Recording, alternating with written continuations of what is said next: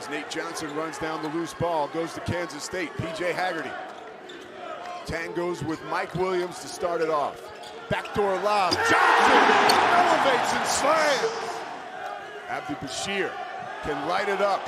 Shooting over 50% from three. Knocks down his first try. Wildcats 2 of 2 from deep. In the week, and Jerome Tang solved that problem with some tough practice, some tough love, because they have come out ready this afternoon. Payne with the block. His 105th of his career.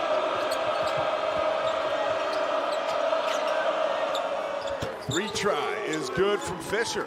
A Baylor assistant for so long under Scott Drew. Won a national championship. Oh, and he doesn't like what he saw there.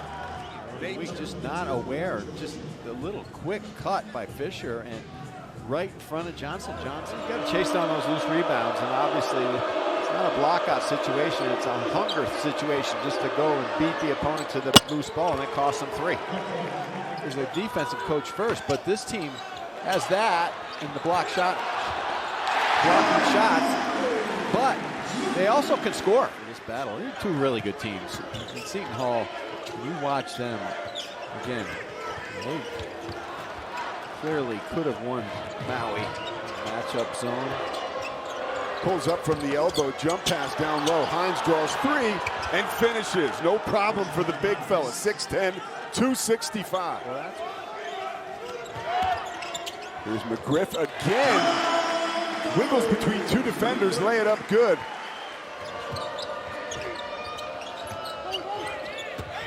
Underneath.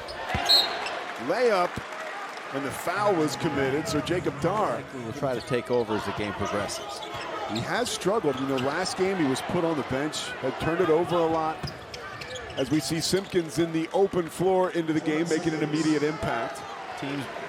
Players have switched teams because of the portal, but it's just there's no rhyme or reason, I think, because of the fact you've got so many good players in the game. You're getting into the lane. He's going to have to earn every basket this afternoon.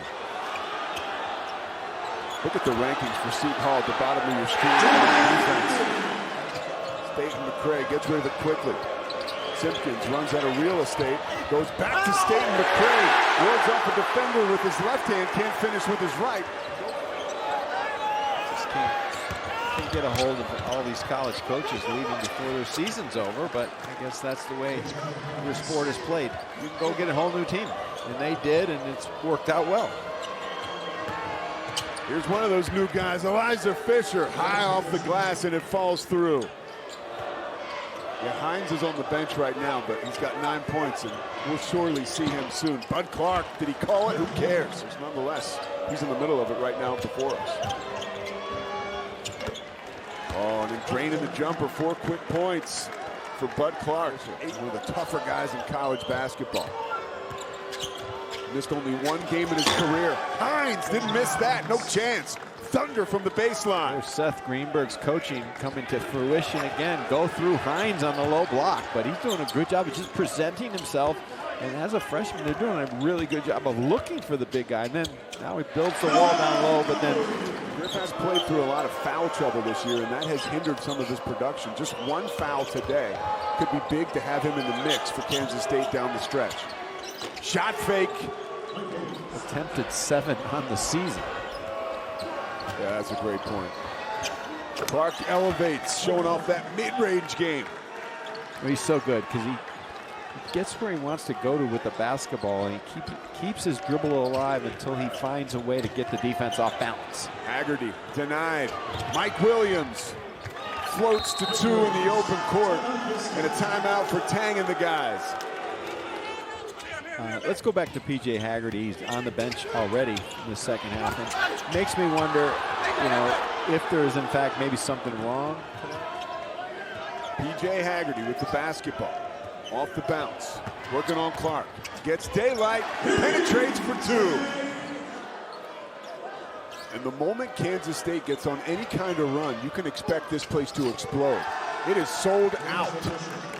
Talking about the Wildcats. Johnson. Over to Bashir. Johnson knocks it down. 69% on Seton Hall for Seton Hall in the day. As Trey Parker has it taken away by Haggerty. Finishes. Simpkins weaves, drops it off on the block. Payne to Staten McCray. Buka can't get there in time. Well, that's why Seton Hall is so good, because Oh, another risky pass. Simpkins meets it and takes it right to the rack. get the ball out of his hands and then misdirect and get the ball reversed to him and then let him attack. Trey Parker. Now, there's another Trey Parker who wrote and created South Park. That was from a park somewhere outside of Manhattan. 3 more for Seton Hall. Oh, he's wide open. Here's Mike Williams. Oh, the arcing layup high off the glass falls through.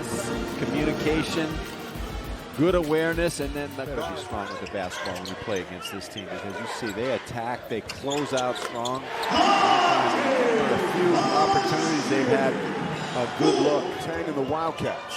Tawan Simpkins trying to take advantage of Johnson overplaying. Rivera to the hole. The Fordham transfer can't finish. Rewarded themselves because they've been so horrific from the free throw line. Parker accelerates, beating everyone to the basket. Inside of 6 minutes left here from Bramlage Coliseum. Sold out house today. Payne selling out underneath the rim again, throws down. Seton Hall is so good at just finding the open man, that wraparound pass, and there's where Johnson makes that mistake. He gambled. Check that, Auburn, Arizona. Still thinking football. And boy, let me tell you something, so is Staten McCray, bodying with that defense. Seton Hall comes away with 2. Questionable offensive goaltend maybe by Payne, no call. Bashir misses, knocked to the floor. Every night he just is so consistent. You see that toughness, the ability just to get to the rim, and then on the backside, Payne. Those numbers don't lie either. 35% on the year from 3, 39 from field goal. Look at that, Bud Clark. Top 10 team with Houston, and we haven't seen the best of Kansas yet. That'll come when they get healthy. Here's Seton Hall's upcoming schedule. Rutgers, then they head to a place you're awfully familiar with, followed by Villanova, Marquette, and Creighton. So they get into the teeth of that Big East schedule on the 19th of this month. Well, the Big East has not fared tremendously well early against the Power Fives, per se. Faring well today. Today they are. And last night Xavier beat Cincinnati. Play at Creighton and play him right to the end to gain that confidence back needed. Oh, and look at that, still giving effort. McGriff with the great backside block. Here's Bashir launching a deep 3. BYU players, I mean, these teams are all going to do the same thing. They're going to attack you defensively. And how do you react? Final score, a statement